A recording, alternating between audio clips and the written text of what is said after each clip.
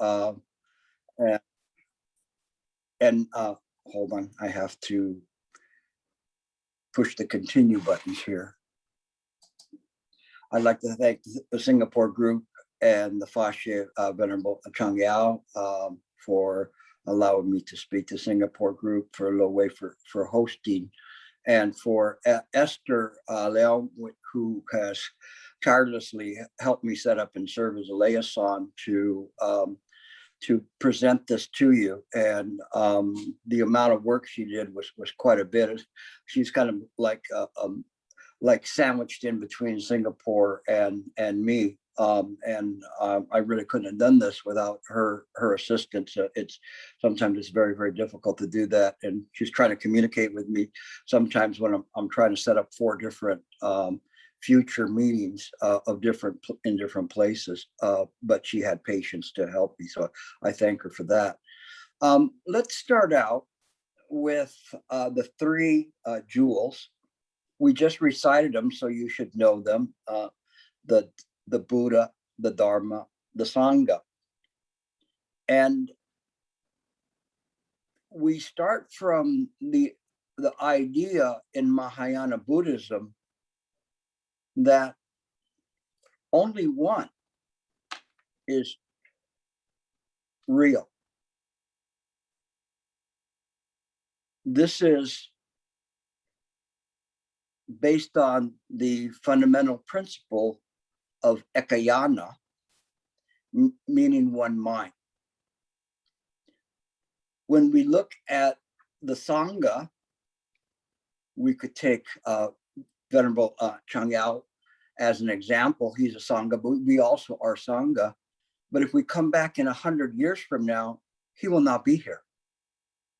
If he's here, then that means he had attained some Buddhahood and is coming back to help us. But his physical body would not be here. The Dharma itself is constantly changing.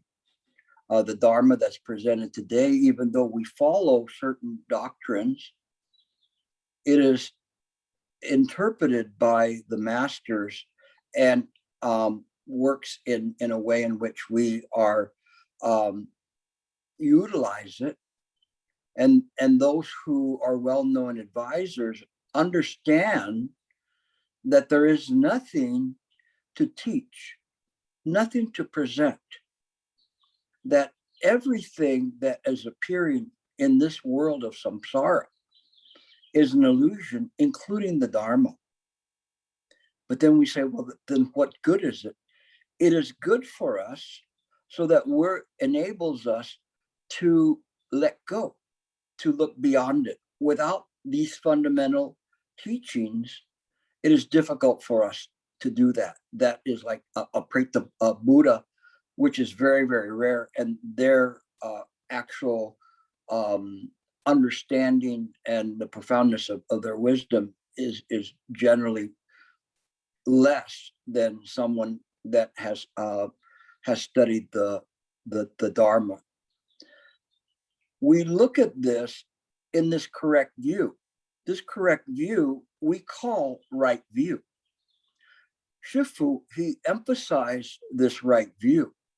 This was something that was very, very important to present. In fact, that he made it one of the prerequisites of a Dharma heir, that the Dharma heir must have a stable morality and evidence bodhicitta to help others, and to have right view. This right view is this precious jewel that has to be protected and passed on from one generation to the other. This is not an easy task because the Dharma itself is not the right view. It only is something that sets the foundation for the right view. And we say, well, then what is it that we're practicing?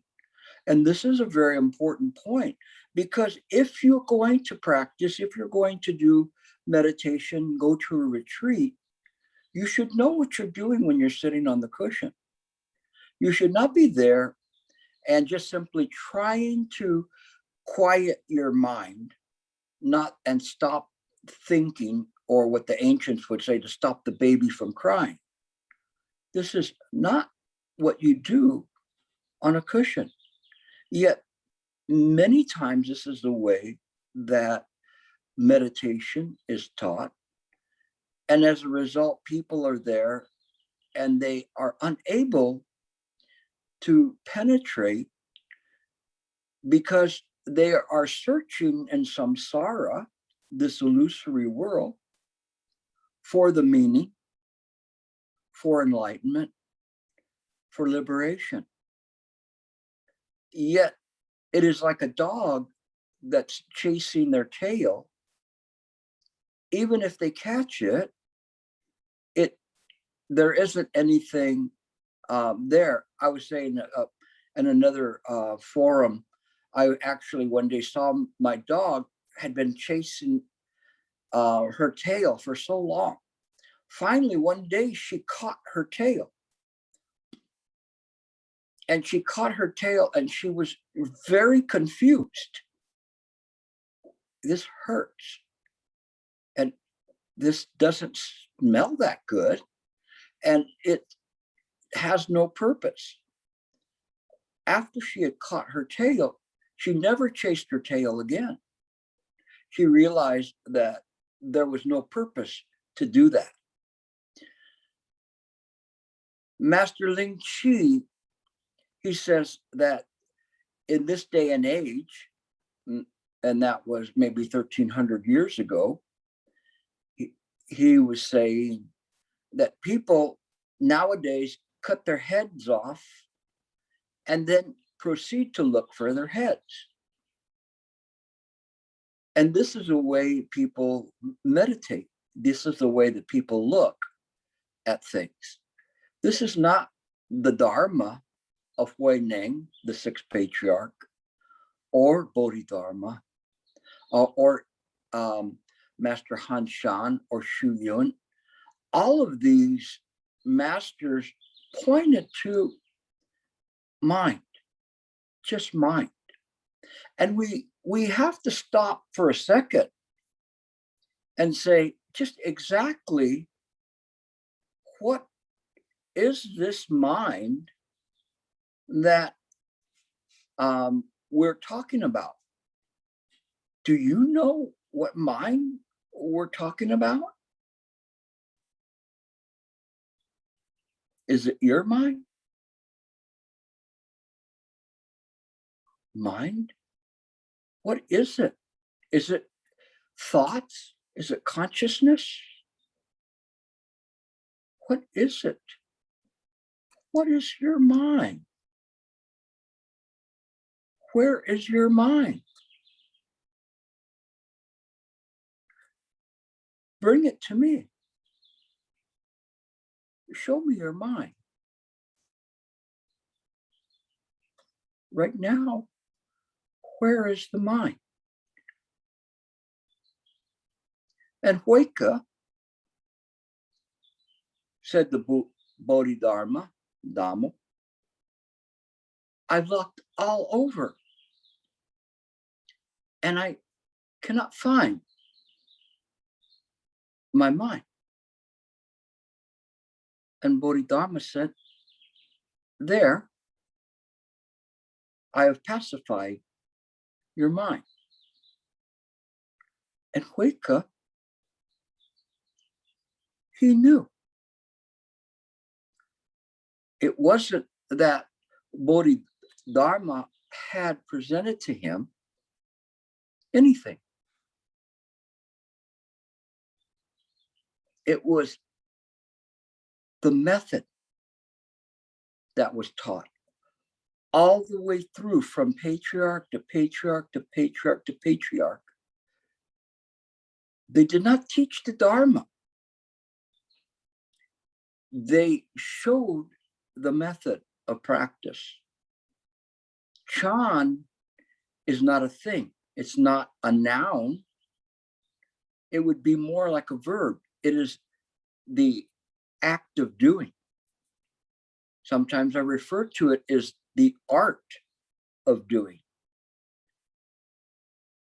And we're all painters of this world, but what does your painting look like? What does your environment around you look like? It reflects, and you should know because you put it there. And you should know this. You should know that mind itself creates the environment, not you, mind. But this is where it becomes very, very difficult, because it's difficult for us to separate out this so-called being that has superimposed itself.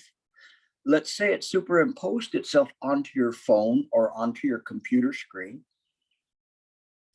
And all along, you see it right there. And they say, where is it? It's right there. It says I. And it's this film. And it says iPad. You forgot to take the film off of the screen when you installed your computer. And all along, you're confused into thinking that this film that is there is the computer itself.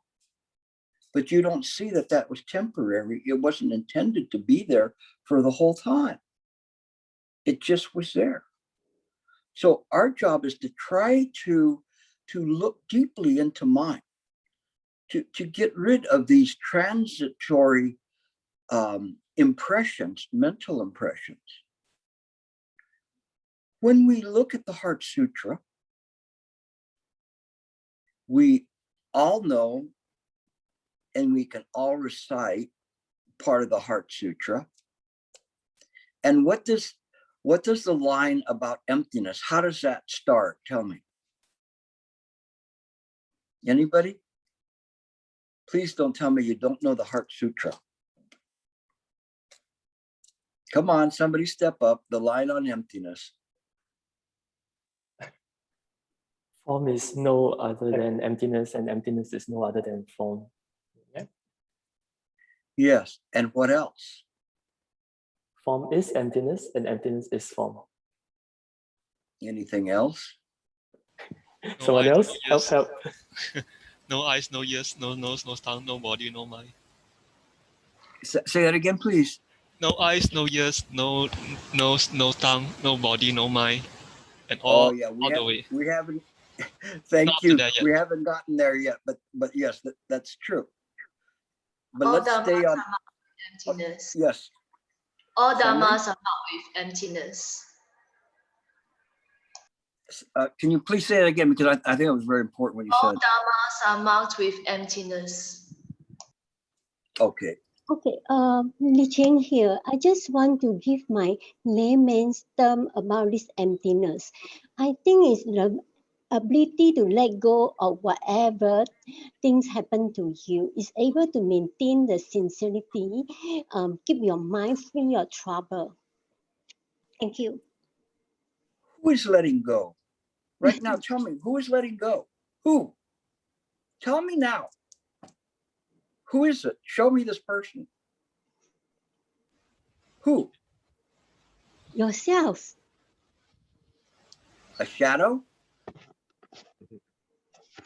Yourself? Is this real? Or is that just the film on the computer screen? This is very, very important. Our school practices, and what we practice is very, very subtle. It is something that goes beyond. The next line says what? Now, Sim Ju Liang, you can say. What was the next line after form is not an empty, empty is not than form? After that line. Hold on.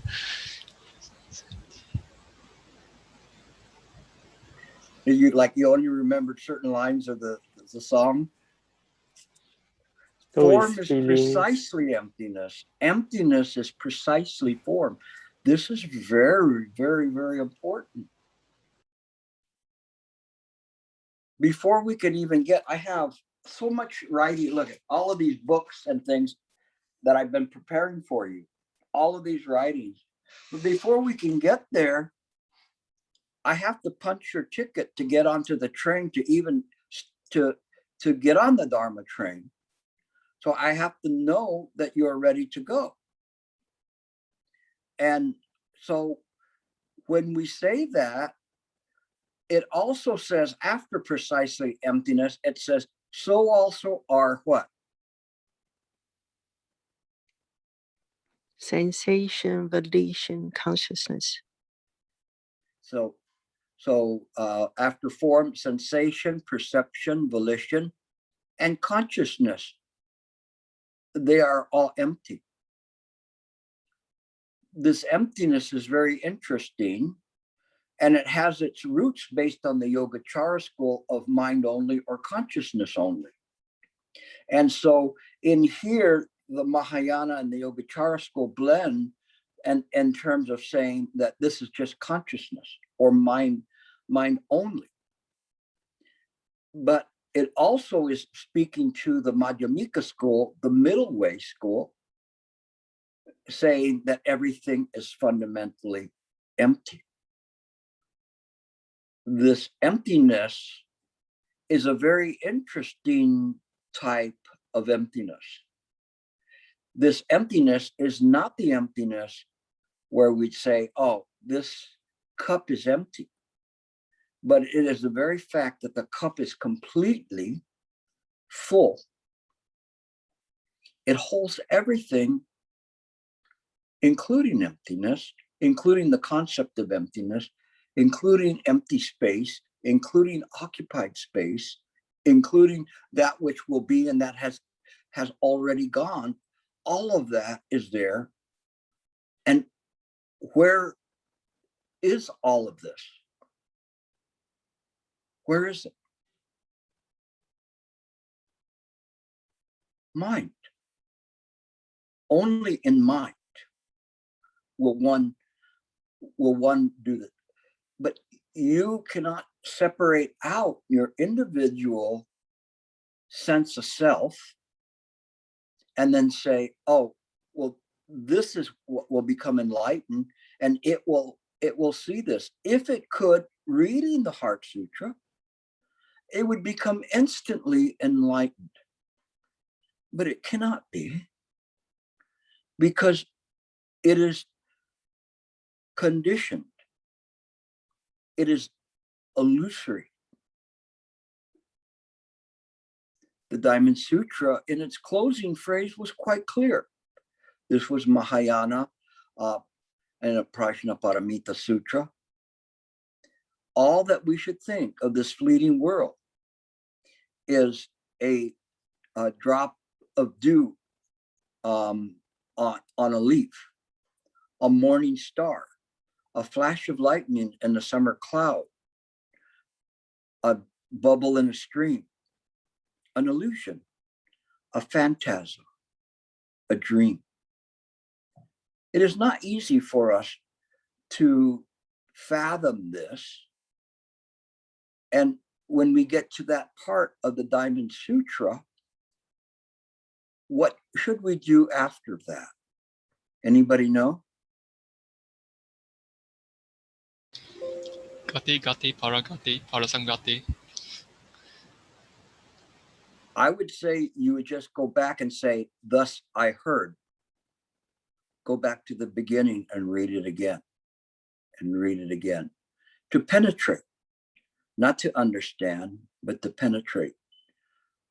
Our school, our practice is the practice of contemplation, not cogitation.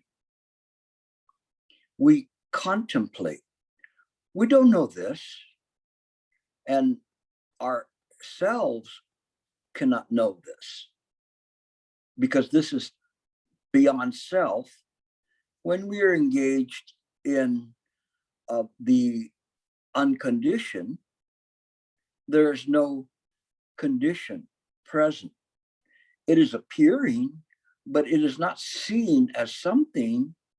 It is just seen as part of mind. This is not easy because we have to let go of the self.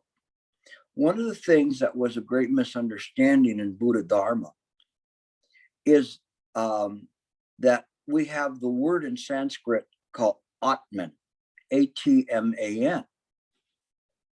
Anybody know what that word means? Atman. I, ego.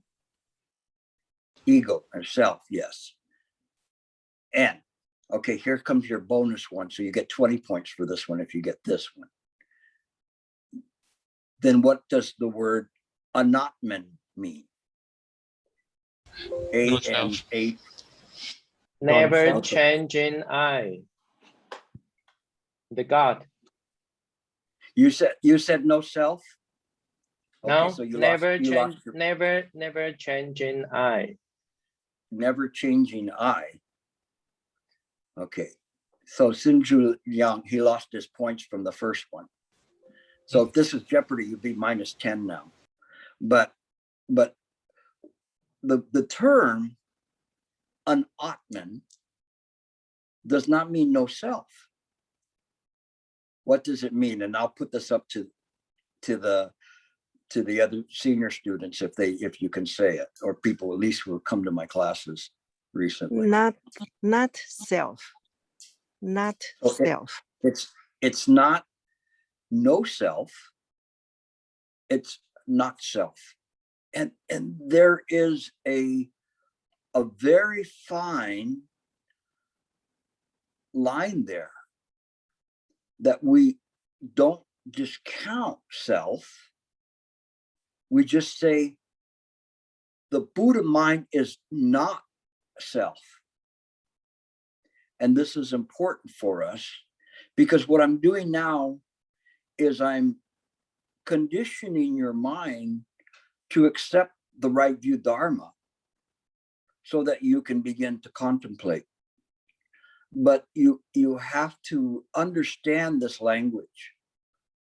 And if you understand this language, it can help you. Otherwise, you will not know, and you may be very good at what you do. Today, something very interesting happened to me. I went to one of my friends I had not seen for many, many years, and she was a sculptor, and she had an exhibition at a museum, and it was an outdoor area. And she had all of these different sculptures of rocks and things. And it was so interesting because in the sculptures, there was a pattern there. One of them was the Om symbol, and the other was the word Tian, the Chinese word for heaven. And I kept showing it to her in all of her sculptures. She's a Westerner. And I said, you know, your mind is speaking to you, and it's speaking in a nonverbal language to you. And this is why you're able to create these really beautiful sculptures. And one of them actually had a pattern on it, and it stopped me right in my tracks when I saw it, because it was the outline of Guanxin Pusa, and with something that looked like a dove on the top of the head. And I said, this is very amazing. So I showed it to her, and she saw it right away, the same silhouette. And then I showed her the picture of the Virgin Mary, and I said, you see it here's the same. And this language is speaking to you, but it's not verbal. The reason I'm telling you this is because in our practice, you have to listen to the Dharma, you have to study the Dharma, but you have to understand that within the all of these words is not the answer. They only give you an invitation to practice. If you hold on to the words, it's as if you were a treasurer for a very rich person, and you'd hold on to the treasure, but it's not yours. It's the rich person's treasure, but you cannot spend it. You cannot use it. It is somebody else's treasure. Yet within you, you already possess Buddha nature. You possess this incredible means of practice. And in the Heart Sutra, let's go back to that for a moment. We have Avalokitesvara talking to Sariputra. And Avalokitesvara Kuan Yin Pusa is the Bodhisattva of compassion. Talking about a wisdom sutra. So it should be Manjusri and Vibhuti, but it's not. And there is a reason why. And then you'll begin to see how interlaced all of the doctrines of all of these schools and everything comes in when I show it to you. The reason it's Kuan Yin Pusa, no, Sariputra, form is not other than emptiness, emptiness not other than form, because Sariputra was a proponent of the Abhidharma. The Abhidharma school in the Theravadan said everything is real. In the Yogacara school, it was everything is mine. But in the middle way, the Madhyamika school, it said everything is fundamentally empty. But if we leave everything to this emptiness, what then?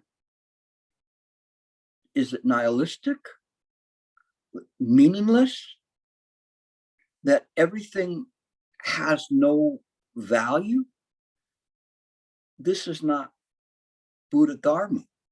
It is that everything is upeka. U-P-E-A-K-A, if somebody can type that down. Upeka, it means equanimity. So when we're able to contemplate in the right way, then when we have a state of upeka or equanimity, everything is seen with equal value. And what is that value? Anybody know? Anybody can feel? What is this value? Nobody know? What is the coin of the realm?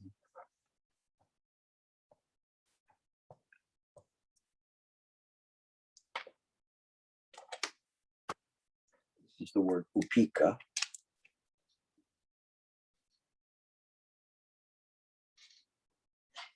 And upeka, it might be this way, or it might be, yeah, that's fine. It's equanimity. And so in this term, upeka, everything has the same value. It is the value of mind, because everything that we see, everything that we encounter has been made out of the fabric of mind. This is very important for you to understand. It is why the ancients talked about that it's neither sacred nor profane, because it is just mind, and it is precisely mind. So the Heart Sutra was this manifesto of Mahayana setting forth what it had learned. The Theravadins, anybody know what the word Theravada means? Come on. The elders. Yeah, the study of the elders. So they're like the big old guys going, you know, you Mahayanas, you just make the stuff up. And you don't really know this. We know, and you're gonna see why the book it says this, what the Buddha taught.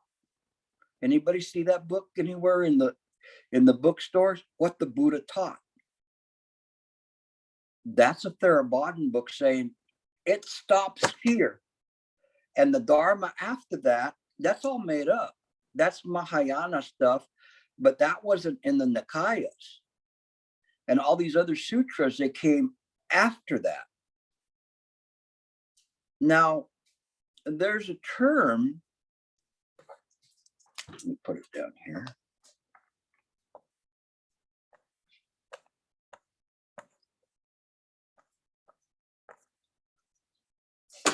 Buddhavacana, this term here. Buddhavacana. And Buddhavacana means that which can be established that was what the Buddha taught or what the Buddha said. Now, not only do Mahayana practitioners have problems with Buddhavacana, but the Theravadins do as well. Even though they think they can establish everything that was what the Buddha taught, we have to understand that none of this was written down for a few hundred years. So it was something that went on for a long time.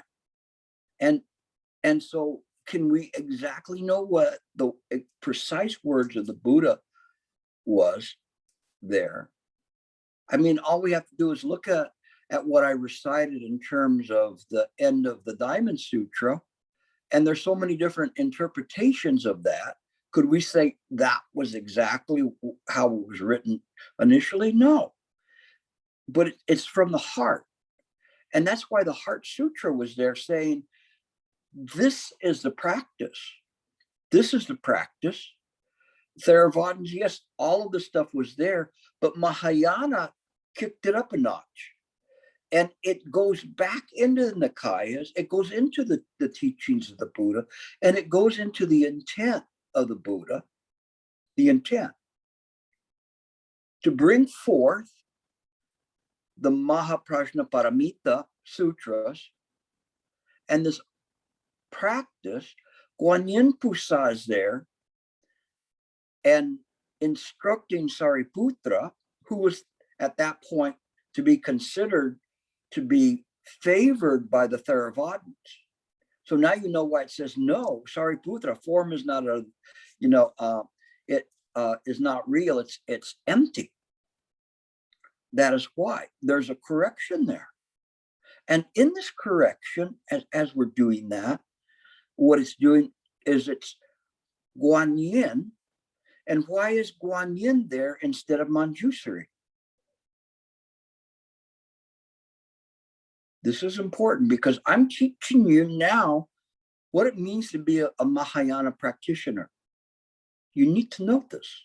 Now, some of you who have taken my classes before know this, but those, what do you think? Why is Guanyin in this sutra? My guess is because she's a manifestation of compassion. So there's after getting the after emptiness, there's still actions of helping other sentient beings. So that means form does not differ from emptiness. Emptiness does not differ from form, because after emptiness, there are still actions to help other sentient beings. That's my understanding. In this way,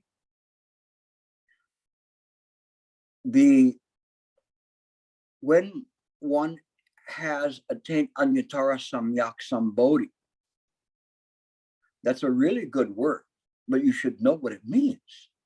This Anyatara Samyak Sambodhi is this interest in the suffering of others. And the distinction here is an important one because Madhyamika school can be interpreted to be nihilistic, to be that it doesn't, there's nothing there because it's all empty. But now what's being interjected in here, we have Abhidharma school, Yogacara school, Madhyamika school, and any other schools or sutras Anybody see anything else there?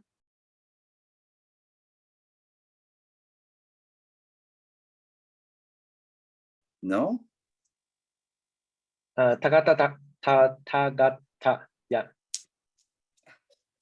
Amitofo. This is just this. The Tathagata Garba. Tathagata Sutras, Garba story. Yeah. they're present. Henhao. You have a very good leader. It is there to show Buddha nature. I don't know the term in Chinese. Rulai Zhang. Rulai Zhang. Tathagata means suchness. Rulai. So Garba is so the Rulai Zhang, this Buddha nature is something that is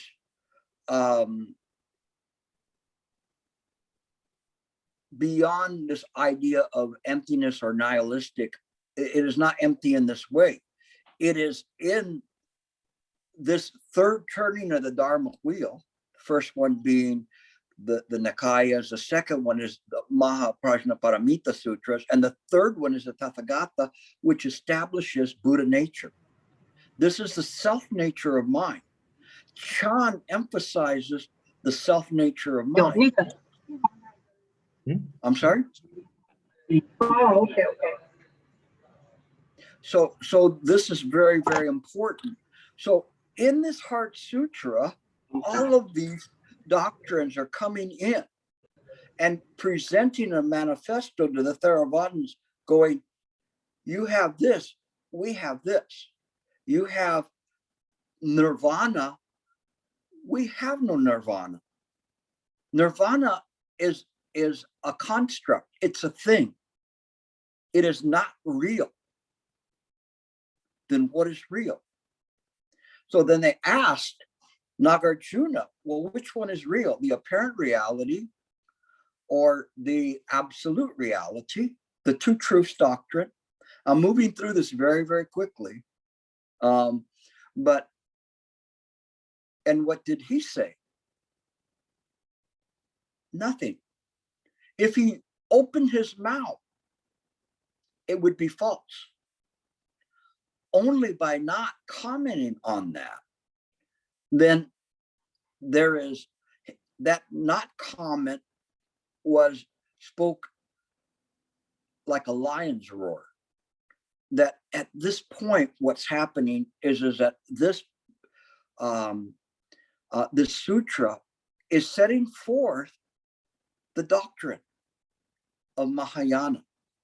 And in it is everything. It doesn't exclude Abhidharma, it doesn't exclude Yogacara, Madhyamika, the Tathagata is all there.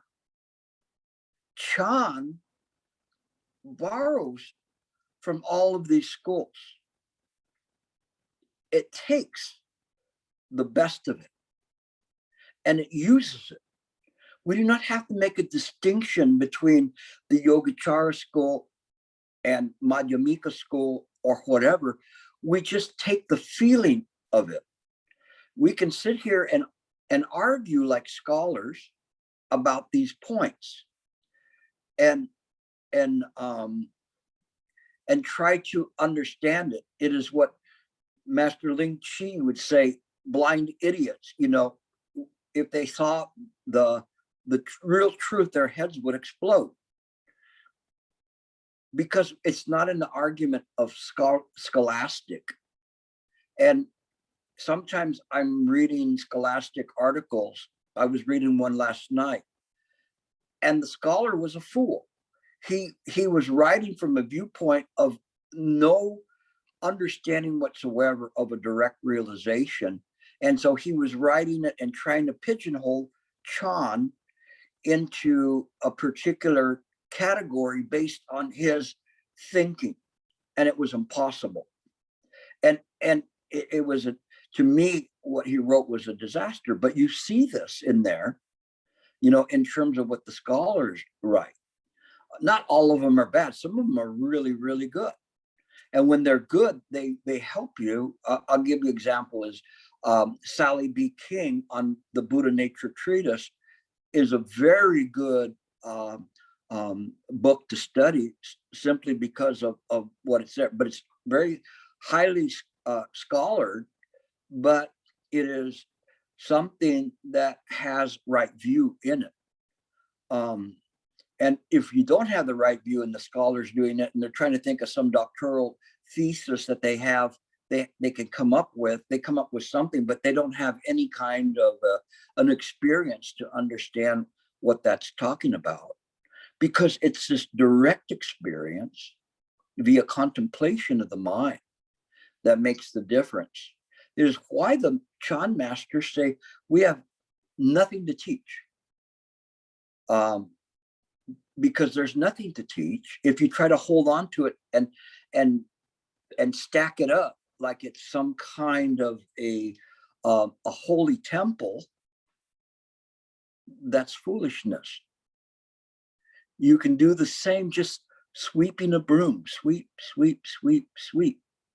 It's the same.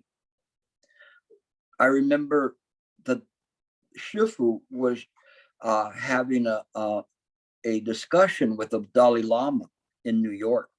And the Dalai Lama was telling him, you Chan people, you always have so much intellectual stuff. But really what he was referring to is the Tian Tai school or Huayan school. But he was kind of including all of them in together.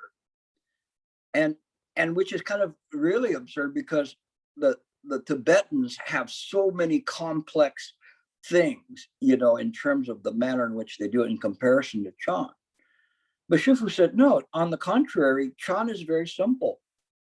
Chan is very ordinary and very mundane.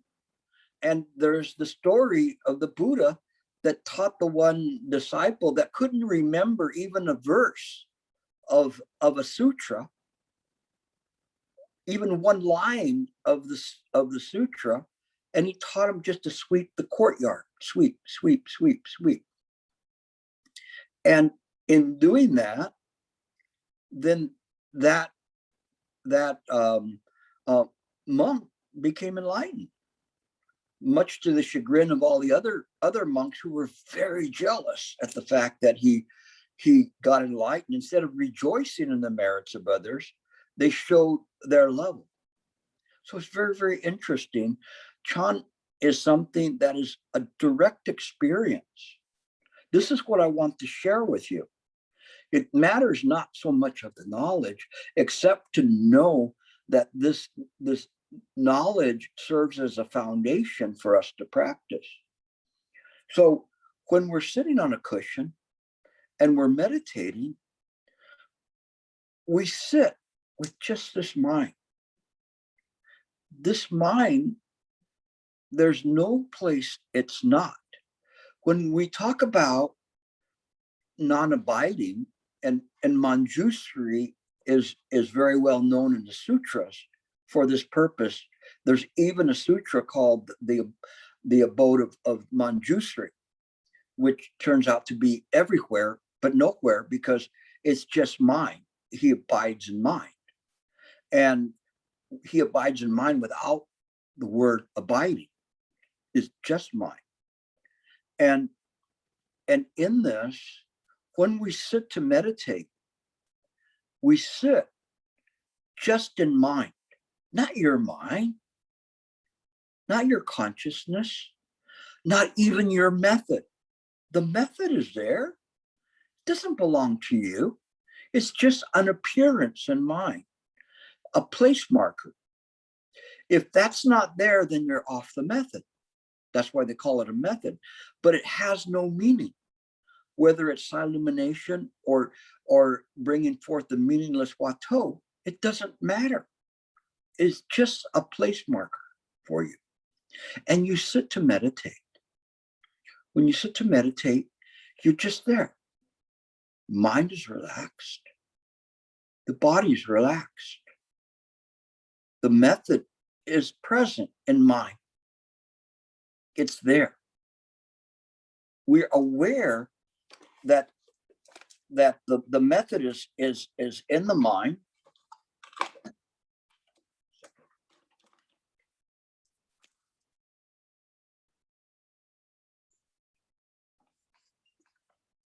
in the mind ground, we know that the method is there.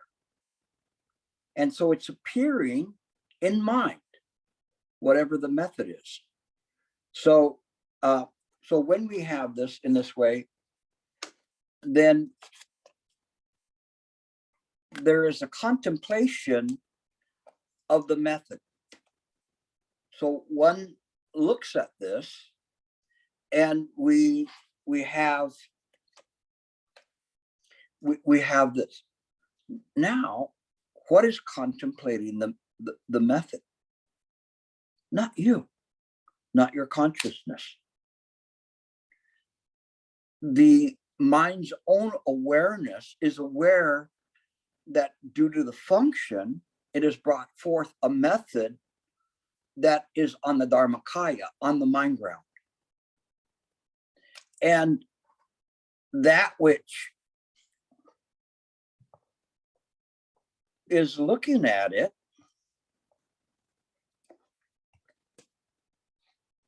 is the mind itself. If you were going to look at it, then the I would be on the mind ground, and it's illusory. This is a conditioned I. Okay, this I is unconditioned. It is what we call the mind's own perception. So when we talk about this, if we're looking at this in an erroneous way, and the I of yourself is looking at the method, nothing can happen, because those two things are conditioned. They're appearances, and they're on mind. The ancients said, turn the mind's eye inward. So when we turn the mind's eye inward, now it's correct. The mind is looking at the method. It's looking at it not from the perception of the five skandha, because we remember the five skandha are fundamentally empty: form, sensation, perception, volition, and consciousness. They're empty. They're transitory. But the mind's perception was never born, was never created. Never born, never created. It is just the correct and true and proper understanding of mind. And all of the ancients, when they talked about how to practice, they said that if one wants to practice, one must have the true and proper understanding. So what is the true and proper understanding? Just one mind. You turn the mind's eye inward, so you're using now the mind's perception. Not the perception from the five skandha, not self. Self appears in mind, but it's illusory. We don't have to make self disappear. We just have to illuminate that it is a transitory condition. It is not real. It is why the Buddha yelled at Ananda, that's not your mind. Because he wanted to emphasize that anything that's looking at it and trying to clean it and polish it and do all these things, it would not work in this way. And so when we see it in this way, we have to use this proper understanding. You all are capable of using the mind's perception. You use the mind's perception all the time, but it is covered with what do they call cataracts, the things in the eyes, and so you cannot see clearly. So when you have cataracts, you can look at the sky and you think that there's flowers in the sky because of that. Shifu used to make fun of himself because he had this condition, and I have it too a little bit, of floaters, that they're floaters are like little black dots that float in your vision. And Shifu used to always go, like playfully trying to swat the flies, you know, or the little gnats, you know, and he was just making fun, like saying, I have to get rid of them. But what he was saying was, that's what people do. But he knows where they come from. It's a physical condition. Everything is temporary. And so he had these floaters. So when we see that and we look at mind in the correct way, we understand that belongs to the conditioned mind. But his mind, I should say not his mind, but the mind that he utilized was clear. It did not see in this way either the sacred or profane. It just saw clearly. Moment to moment to moment, the mind is clear about what is appearing within it. So we understand that. We understand appearances. There is a saying from one master that said, to know the arising mind is the non-arising mind. So this mind that arises is a mind that wasn't there a moment ago. But where does it appear? So if we were to change the method, and all of a sudden we started thinking of a love interest when we're sitting there, the method is gone, and now the love interest is there in mind. We're no longer looking at it from this eye. We're looking at it from the illusory eye, and we lost this ability to perceive things in the proper way. Our eye went back the other way. So the purpose of Chan is the practice is to try to maintain the mind's correct perception. The mind's correct perception is based on the foundational principles of just mind, of the conditioned and unconditioned, that we need to know what is appearing and that which is appearing in mind. When the mind is stabilized in this way, this is upika. And in upika, the mind works properly.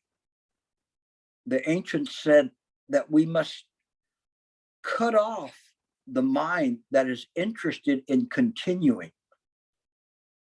So if we see this love interest and it arises in mind, and then we go, and what happened to the method? It's gone. Now your only method is, how am I going to get close to this love interest?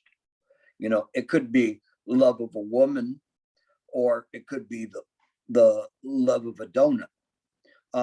No, whatever it is, let's say if it's a love of a donut, then you're there, and your method is no longer the method of the huato. It's, how am I going to get a donut? And what kind am I going to get? It continues, and it has these desires. And because of that, it creates this energy, what we call habitual energy, that will ensure that the next time when you sit to meditate, that the donut's going to come up 5 minutes after your method starts, because you put it there. Why? Pratika samapada, causes and conditions never fail. So if you practice and you put forth a poor practice, every time you sit, you're going to exhibit a poor practice. Why? Because that's what you do. You're not bringing your best game to the cushion.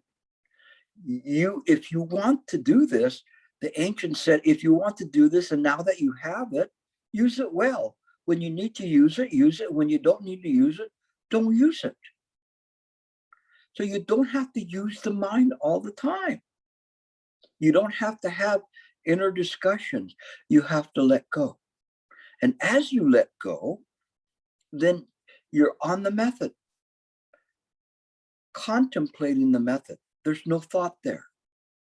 In the present moment, you stay in the present moment, completely aware of what is arising around you.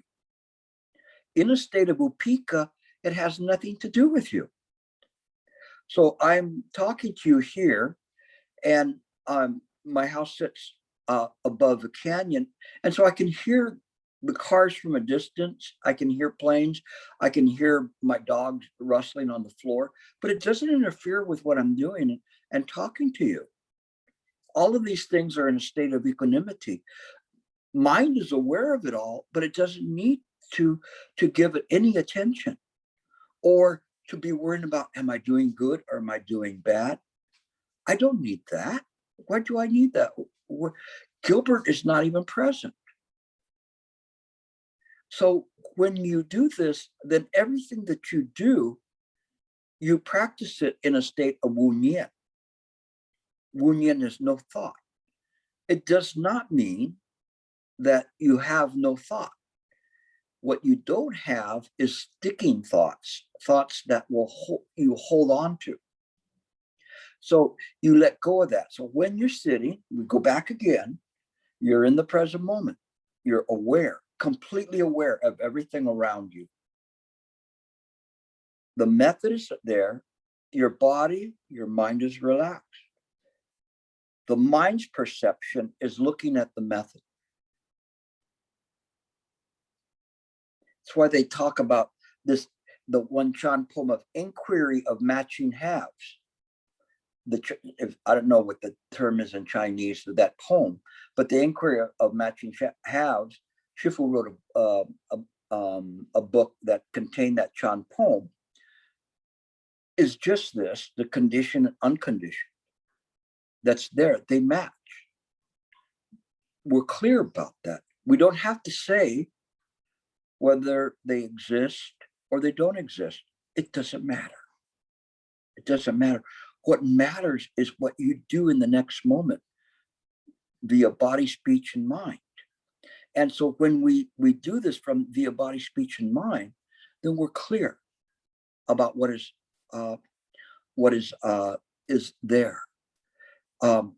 In that moment, in this present moment, Shifu used to always emphasize the Buddha is in the present moment. This moment, knowing full well that the present moment, it too is non-existent. Whether we say it cannot be the past or it cannot be the future, the present, we hone down to a very, very short experience of a moment, even to the extent that we cannot even call it time. Because in order to call it time, we have to have it based on something that started here and continues on into the future. But it's just mind. You see, it's very interesting. It's just mind. There's no future and no past. In mind, it's just mind.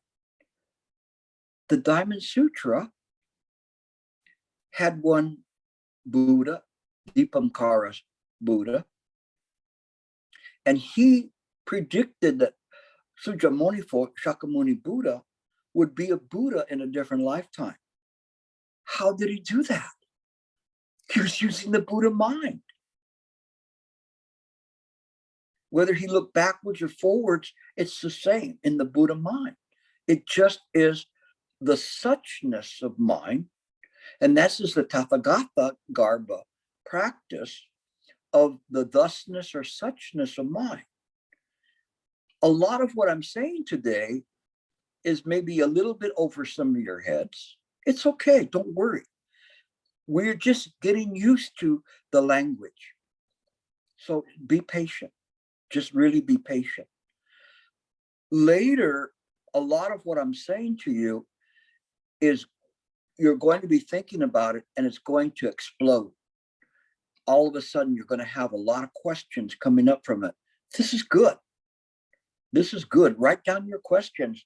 Next time, ask them. After this class, if you have confusion, ask about it. If you want a clarification, ask about it. The only thing I don't ask you to do is just try to show your intelligence. I have no patience for that. What I truly want to do is I want you to progress. And I am not speaking directly to you. I am speaking to those that you will bring to the Dharma. So you have to have the responsibility to absorb this and absorb the self. And when you become used to these words, and I will say them over and over again during the next 3 lectures, you will feel more comfortable. And you will truly understand what it is to be Mahayana and where all these schools come into what we call Mahayana. And we say, well, this predated this. No, it's not that way. What's more important is how it's being used in the present moment. And Chan is this direct experience of distilling all of these schools and bringing forth a spirit of practice, not intellectualism. We're not talking about Tian Tai. We're not talking about Huayan. We're talking about Chan. That's a direct experience of turning the mind's eye inward, of seeing just mind, the suchness of it. Little by little, this will all kind of be there. And as I go through some of the literature, you're going to say, my gosh, there it is right there. Yes, it's always been there. You just never saw it because you did not have the true and proper understanding. Little by little, when you have the true and proper understanding, then when you go to the Chan Hall, there is progress that will be made. I guarantee it. Okay. And this is Gilbert's lifetime guarantee. Okay. That if you don't get it this lifetime, you come back next lifetime and I'll teach you again. Okay. Promise. Omitofo, I promise you that. So in any case, the pressure's off. Just practice. Okay. We finished for the night. I never even got to the first line of my lecture tonight. It was very funny because the group had been asking me, where's my PowerPoint presentation and how I was going to do that. And now I don't give PowerPoints. No, it's impossible for this. This is a complete free flow in accordance with causes and conditions. It's just simply the bodhicitta that speaks. Okay, so we'll open it up for questions or comments. So if there's any Pusas with questions to ask, you can raise your hand. So Angela, you can unmute yourself to ask a question. Hello, teacher. Thank you so much. A little bit louder. Hello, can you hear me? Thank you so much. Just faintly. Go ahead. Okay. My question is, can you explain what is mind's perception and how it differs from I'm guessing mind's perception is the unconditioned. That's my understanding. It might be wrong. And then how it differs from the other mind, which is, I guess, is more dualistic, the conditioned mind. Yeah, I would appreciate if you can really explain that. Thank you.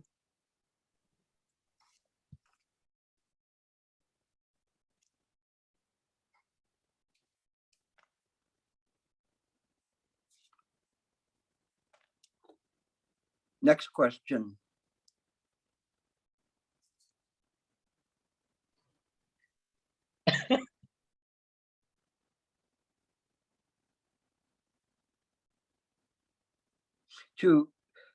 For this meat puppet to try to explain mind is not possible.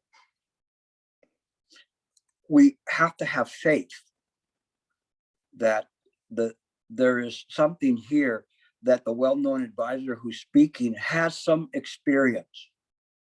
And when they have an experience, then they understand it is not possible to speak the language of Chan via words and phrases. And so to try to explain mind or how it functions this way, only pratika samapada, causes conditions never fail. that is the perfection of mind. Form is precisely emptiness. Emptiness is precisely form.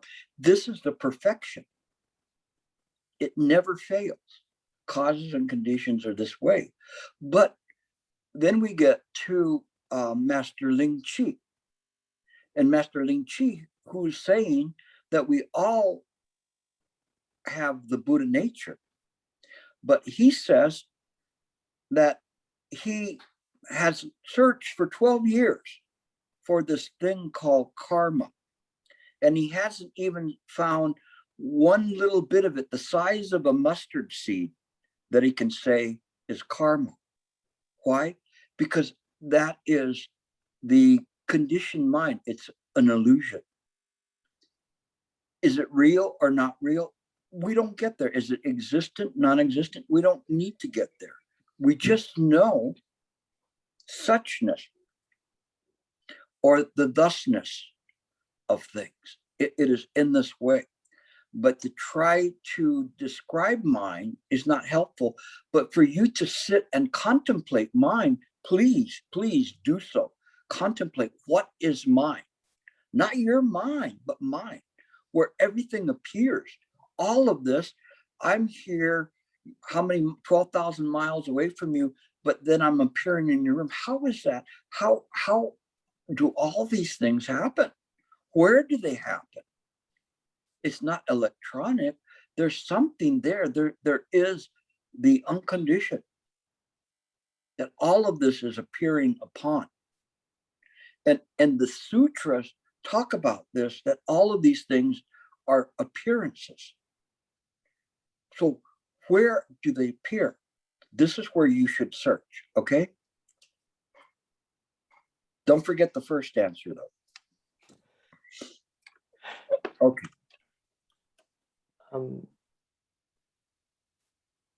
So if you're on Facebook, you can type in your questions in the comment section of Facebook, and we'll repost it over to this Zoom room, and we'll ask the question to Gilbert. This is Chang Yao. I'd like to add some language explanations for upeka, right? Upeka? Upeka, yeah. Upeka, yeah, upeka, yeah. In Chinese, it's translated with the 舍. It pronounced as 舍, which means usually I understand as let it go or give away. Yeah, very different from similar to a give away or let it go. Let it go or give away. Yeah, the character of Chinese, and for Chinese to understand is to let it go or give away. Very different from the Sanskrit, which means equality, right? Equal. It's interesting. Yeah.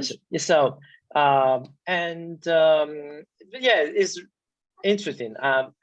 When we practice at this status or at that level, which go through from the three levels in previously. The first is metta, and the second is compassion and happiness or bliss, and then let it go, which means we have to go deeper and to go beyond distinguish. And at that point, I think I just want to clarify for Chinese people that the differences between Sanskrit and Chinese, and make them to think about it and show the trap or tricks of language gaps. Actually, when we use language, we are so easy to be trapped by the language usage, and it block our mind. We can say that. Yeah, and only when we sit on the cushion and let go all the wandering thoughts, about to think about any definition of the wordings, and we can start to contemplate our mind. And this is where the practice becomes subtle, and it becomes a matter of life and death, is knowing the difference between clinging to an understanding and experiencing directly mind. In experiencing directly mind, if someone is to tell you, what is that? There's no way that can be explained. And it's kind of a bit of a foolishness for us to try to do that, and foolishness for people to try to copy that. And so the words take us to the foundation of our practice, but we have to move beyond the words. And even to give you an example is that the word emptiness in English does a great disservice to sunyata. Because right, and so it's really wrong, and I've spent a long time trying to correct the understanding that, forget about the American interpretation or Western interpretation of what emptiness means, because it does not work in this way.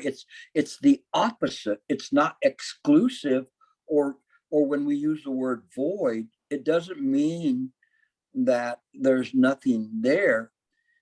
Yes, it does mean it's nothing there, but it means it's nothing there because it all belongs to mind. So it's not a thing. It's not self. And so we have to be very careful as well-known advisors to present it in this way, so that we do not confuse people to do that. So I'm very happy you brought up this about words, because the words are, we have to use the sincerity of our practice to explore the meaning of the words. And that's why they say penetrate the sutras. When one penetrates the sutras, it is not just simply that I have read the sutras 100 times, like the one that came to Hui Ning and refused to put his forehead on the ground because he was so he was so arrogant. It is not in this way. It is to penetrate the sutras can take one time, or it can take 100 or 5,000. It doesn't matter. Whatever it takes, we penetrate.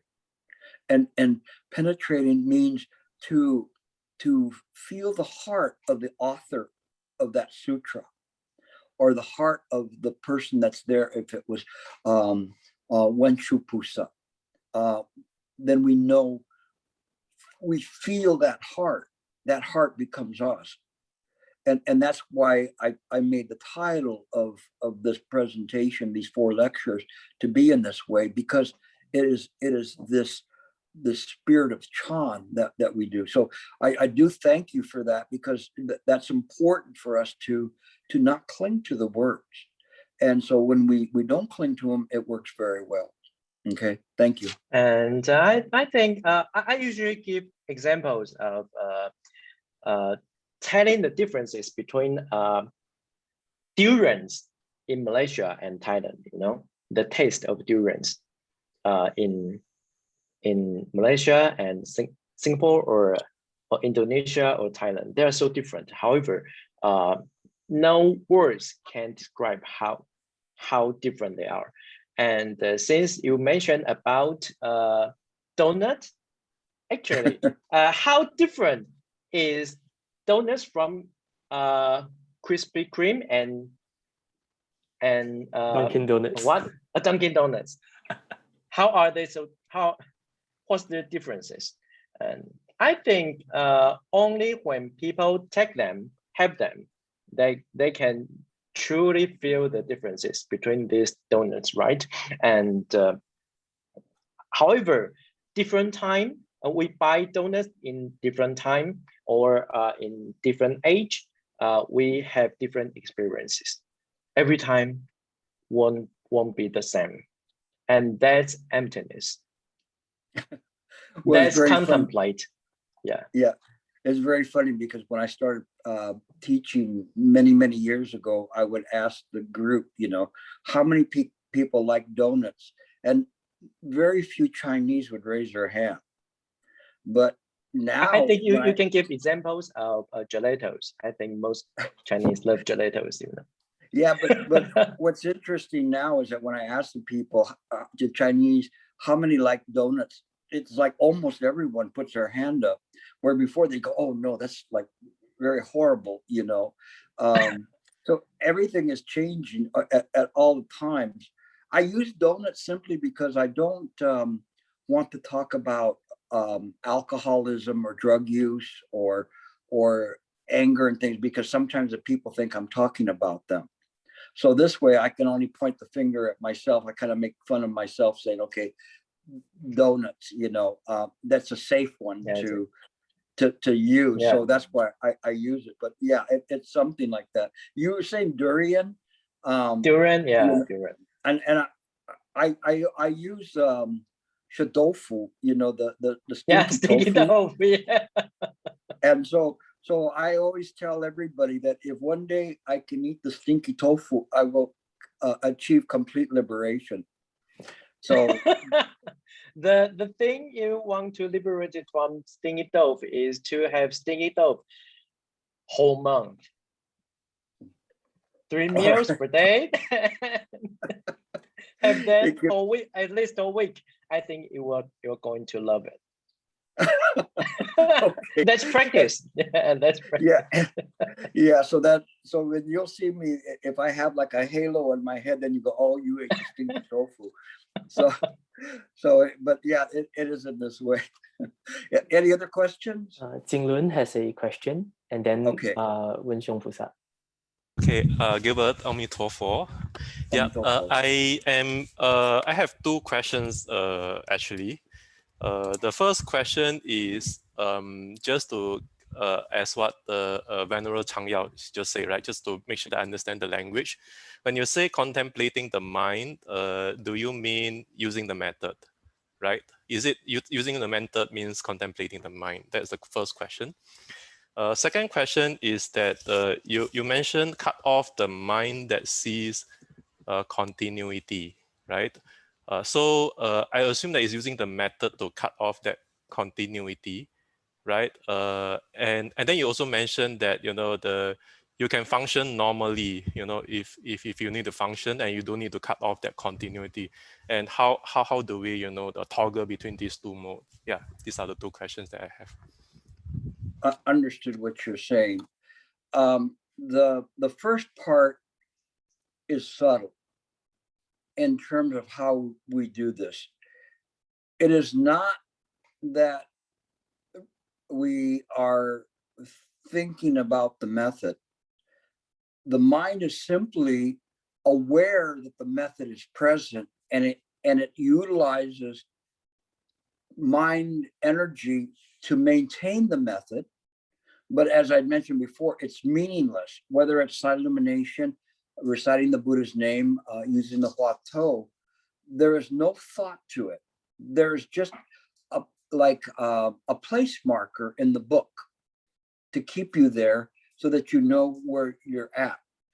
It is not the mind probing the method. It is the mind aware that the method is present in mind and maintaining that function of keeping the method appearing in mind. Shifu, he would equate that with like a bullfrog in a pond. And he would say that if you had a bullfrog on a lily pad and you just keep bringing the same method up and same method on the lily pad, then you would not see anything, because the bullfrog would cover the entire lily pad. So there's nothing there. There's no continuation. Where is the method going to go to? And to me, that really struck me very deep in to understand that at that point, then the method itself, it loses its conditional meaning. It is just a place mark for mind. And so when we're using silent illumination, Mo Chao, it's a lot harder because we have to use naked awareness as that bookmark. But we must maintain the present moment. And so if we do not maintain the present moment and awareness, then we will fall into a dead state of samadhi. There has to be illumination there. The illumination comes from the mind itself. So we do not throw out the mind in the Mo Chao and say there's nothing there. That samadhi is of no benefit whatsoever. It has to be vibrant. It has to be immediate. Mind, even though it's sitting there and it's sitting there for an hour or whatever, is still aware. It's aware in this moment. Not easy to do because the mind wants to continue. And so it is bringing up thoughts that we call akusala. Akusala thoughts are clinging thoughts. So it may say, the bell is about to ring. That's a sticky thought. That's not a wholesome thought in mind. So you have to be mindful of the four practices. So you have the wholesomeness of that you maintain wholesome thoughts. Wholesome thoughts are kusala thoughts, non-sticky thoughts. It's not good and bad. It is that thought does not give rise to another thought. And then you give rise in mind to wholesome thoughts. Those wholesome thoughts then are just, we maintain the function. When you're meditating, all you're doing is maintaining the function of staying in the present moment, aware of the method. We don't give rise to unwholesome thoughts, these akusala thoughts that are sticky thoughts. So the sticky thoughts are ones that will pull you away from the method. It will say, it must be 5 minutes now, and it's getting closer to the time. And then I will be done. And then after that, I can go and I can eat some stinky tofu or whatever it is that and all of a sudden now you're generating thought. You're off your method. So it is in this way. You have to be aware. Do not superimpose the self onto this practice. You get rid of that. This bullfrog that's on there, it's there, and so there's no meaning to it whatsoever. It just covers it, and that bullfrog is just this present moment. And when you practice in this way, it will change completely the way in which you practice. You will no longer be practicing from the idea of practicing consciousness. There is a saying that says that sages return consciousness to mind. Fools turn mind into consciousness. This is very important for you, Chinlu, that you must be very, very careful about this, that you fall onto the side of turning the mind's eye inward and not let that self creep back in, which it will do. And so you have to elevate your practice and use this wisdom to practice in the proper way. You're right there, and your questions are ones which are looking at this and saying, okay, there's this, but they're trying to define it within the context of samsara and understanding from the samsaric understanding. Remember I said the Dharma, it doesn't exist. Only mind, ekayana, only mind. So we use the Dharma, we practice the Dharma, you ask your questions, but listen very carefully and practice even more carefully, okay? Yeah, it's very good questions that you asked. Thank you. Thank you. I think we have time for one last question from Guoxiong Pusat. Please unmute yourself. Amito for Gilbert. Yeah. I have a question. I hope that is relevant. It's my personal experience lately. It's observance of my own mind. I mean, a few days ago, actually, I have some experience with my, I would say, supervisor. In not a happy discussion. End up, I would say, I conclude that he's have some not so good intention over me. I can find 1,000 reasons to conclude that he's not a good supervisor. But after that, the next day, after I have some dialogue with other colleagues and some new condition change, I changed my mind. I think that he actually is a very helpful supervisor. So that more or less, after the two experience and observance, I realized that my mind is not reliable. All those conclusions. One day I can conclude that he's evil. The next day I think that he's good. So that's very interesting. I realized that actually my mind itself is somehow is fooling me sometimes. Then I have a next question. Then who are the person actually is an observant or contemplate the difference between the two thoughts? I have no answer on that. That would be the interesting finding, which is lately I have. If this is relevant, I would like to have some advice with you. Actually, I like to minimize the disturbance caused by that kind of illusions mind. It's very interesting because you allow me to segue into something that I was going to talk about today, but didn't have the time. But it's apropos to your question, and this is that from the Platform Sutra. And after Hui Ning was being chased by everyone for the robe and the bowl, one great warrior caught up with him, Hui Ming, and when Hui Ming was there, Hui Ning went into the forest and left the robe and the bowl on the boulder. And so when Hui Ming came up to pick up the bowl, he could not lift it. And so he called out to the forest. He said, I don't come for the robe and the bowl, I come for the Dharma. And so then Hui Ning then came and he sat on a rock. And this part is very, very important in this story, because I know you've heard this story before. But the next part I'm going to tell you is very, very important. In the sutra, it says, he said, let's sit. And so Hui Ning and Hui Ming just sat with no thought. They sat. And who knows how long they sat. But however long they sat, it was clear that it was a sincere sitting with no thought. And so when they sat in this way, finally Hui Ning answered the question. But he did not answer the question right away. First, he prepared him.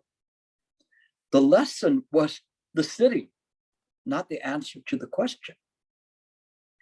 So when he sat and he said to him that without thinking of what is good and what is evil, what mind is this?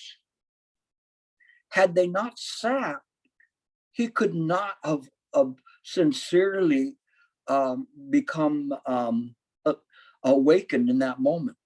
But it was that moment of the quietness that enabled that, so that there was no self. Hui Ming had no self in that moment. And as a result, when the words came through, there was nothing for it to hold on to. No conception, no condition, no nothing. It was clear. What mind is this? Just this mind. Just this mind. It's very, very important. It's just this. Please remember this and come back to this, okay? It wasn't by accident you asked me this at the last one, because to me, I thought this was something very important. I just didn't get to it today, but it was there, and I think it's very, very beneficial. It is in this contemplation that the answer will come, okay, in the practice. So thank you very much for that. I guess we finished our time. It seemed to me like 5 minutes. but we'll continue on next week. I've got plenty of stuff. I haven't even got to my notes yet, so or any of the books here. But then again, all of that was presented to you spontaneously. This is just how the Dharma should be presented. So we will see you next week. Thank you all for joining in. Omitofo. Thank you for coming. Omitofo. Invite others. Thank you. Thank All you. right. And thank you all for joining us on Zoom and on Facebook. There's about 30 viewers on Facebook. So in total, we have about 100 participants this time round. Yep. Very So good. See you guys next week. did your Thank you. Thank work, you, and I Gilbert. thank- Thank you, everyone. Goodbye. Yeah, and I thank Sue for helping out in advertising. Bye-bye, Chen. Goodbye. And Sarah, thank you if you're still around. Good to see you. Thank you, Gilbert. What a All right. pleasure for Sunday. Take care. Take care. I'm so happy to see so many faces. I was looking forward to presenting this Dharma to all of you in Asia. So please invite more and more people to hear this. This is a precious Dharma for us, so we can build for the future. Okay. I'll let them go now. Otherwise, they will Thank keep you. going. Thank you, Lo Wei. Thank you, Gilbert. Thank you all. All right. Take care now. I will leave. Bye-bye. Bye-bye. Goodbye. Amitofo. Amitofo.